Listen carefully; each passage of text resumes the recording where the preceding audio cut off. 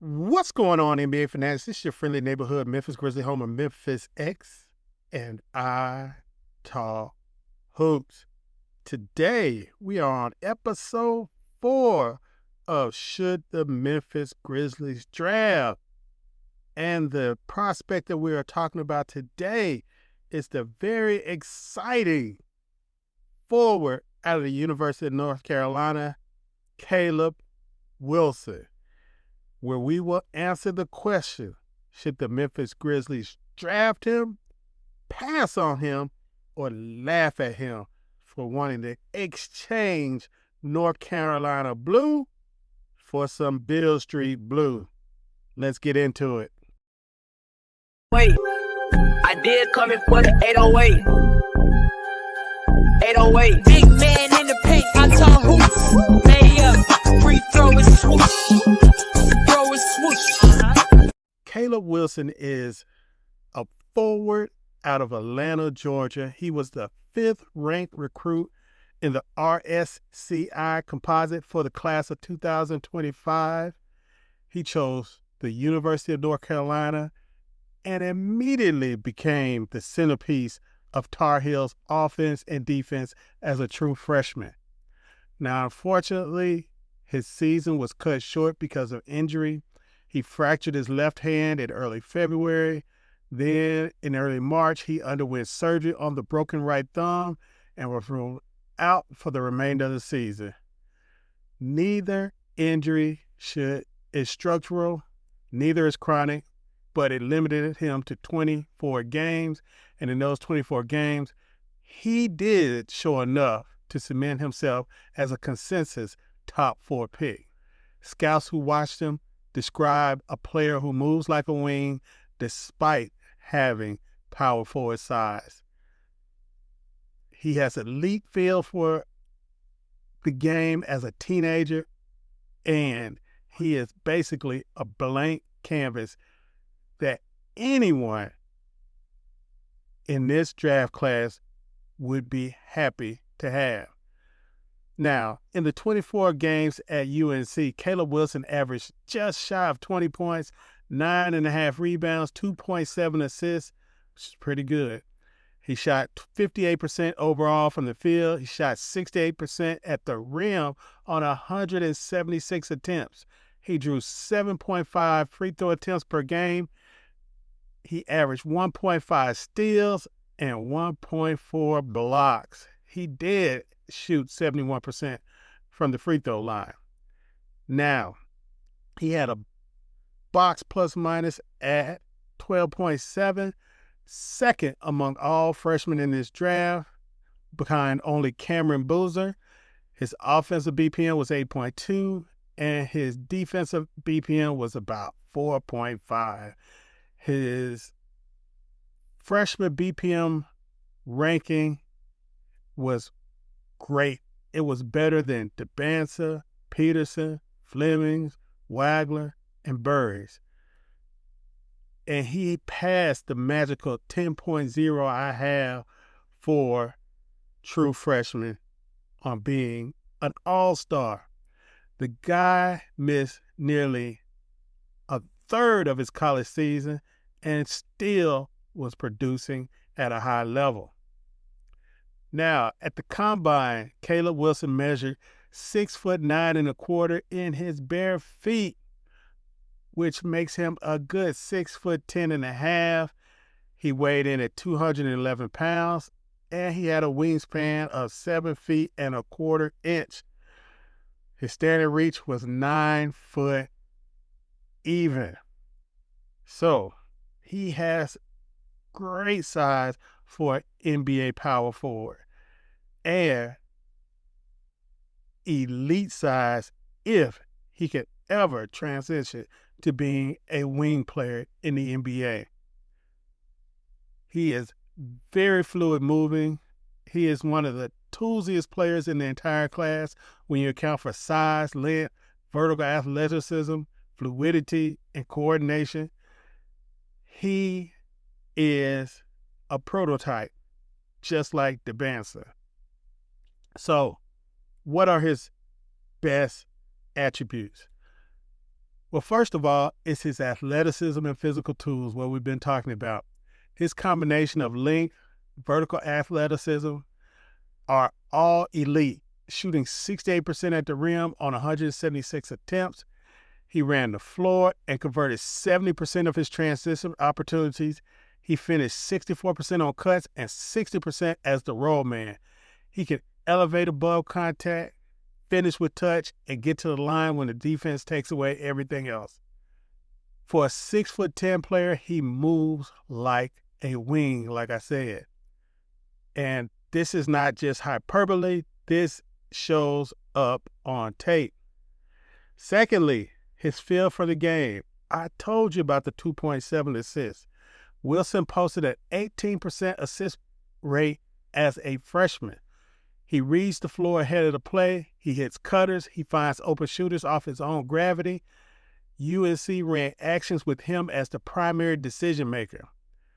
When I was scouting him before this college season started, I never thought of him as a 20-point per game scorer. I thought of him as the athletic version of Draymond Green. That's how I saw him based on his high school tape. Now, defensive impact. His defensive BPM was 4.5-ish. He is the second highest among all confirmed freshmen in his class. Opponents shot just 34% with Wilson in the vicinity. He blocks shots on and off the ball. He switches on to perimeter players with fluidity. And he covers ground at a speed that some bigs just simply cannot do. Now, let's go to the concerns. Number one is that health concern. He only played 24 games. He fractured his left hand and then had surgery on his right thumb. Neither injury is long-term or structural, but with the Memphis medical staff, it bears watching. Memphis fans have watched way too many injury timelines derail this franchise's success to not be nervous about any injury in the past. Secondly, three-point shooting. Wilson shot just 26% from three on very low volume, just 1.1 attempts per game, 26 total attempts. The mechanics aren't bad. The release is kind of fluid and it's high. His free throw percentage is just 71% though on 181 attempts. So he has some touch. But right now, the three-point number does not work, and most of it is in his mechanics. I heard a scout that was watching him shoot the ball during the combine, and they said that he does not shoot the ball with the tip of his fingers, which is probably going to be some of the problem, and it's something that could be easily corrected. Now, he has good touch on his mid-range shot, which gives hope that in the future he will be able to push his range out further as an NBA player. And thirdly, defensive awareness. Despite what I told you about his defensive activity, the 4.5-ish defensive BPM, 1.4 blocks, 1.5 steals, when scouts cranked into the tape, they noted that his defensive awareness is spotty. He gets caught ball watching a lot, loses his man, closeouts that are late, rotations that are a half step behind that, he sometimes can make up for it because of his athleticism. And he is too upright on defense and has to snap into his stance reactively once his man initiates. These are all things that can be improved on through repetition and teaching in the NBA. But these are also things that in the NBA get you murked as a defender, because NBA players take advantage of every little lapse in fundamentals and preparation. Now, how will he fit in Memphis? When we talk about the fit conversation, Caleb Wilson would fit like a glove in Memphis. There would be concerns since Zach Edey is a non-shooter and Wilson is a bad shooter. But let's be serious.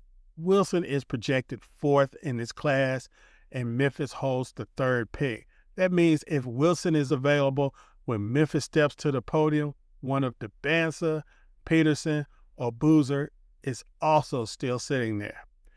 And there is no version of this draft where Zach Kleiman passes on one of those top 3 talents to slide down and take the 4th best player. Now, he is still a 6'10" versatile forward who can switch, rebound, and eventually space the floor, hopefully, alongside a 7'5" Zach Edey. The Wilson-Edey front court pairing on paper is interesting, but interesting does not matter when Boozer, Peterson, or DeBanza is standing right in front of you at the same pick. The Memphis fit for Caleb Wilson is simple.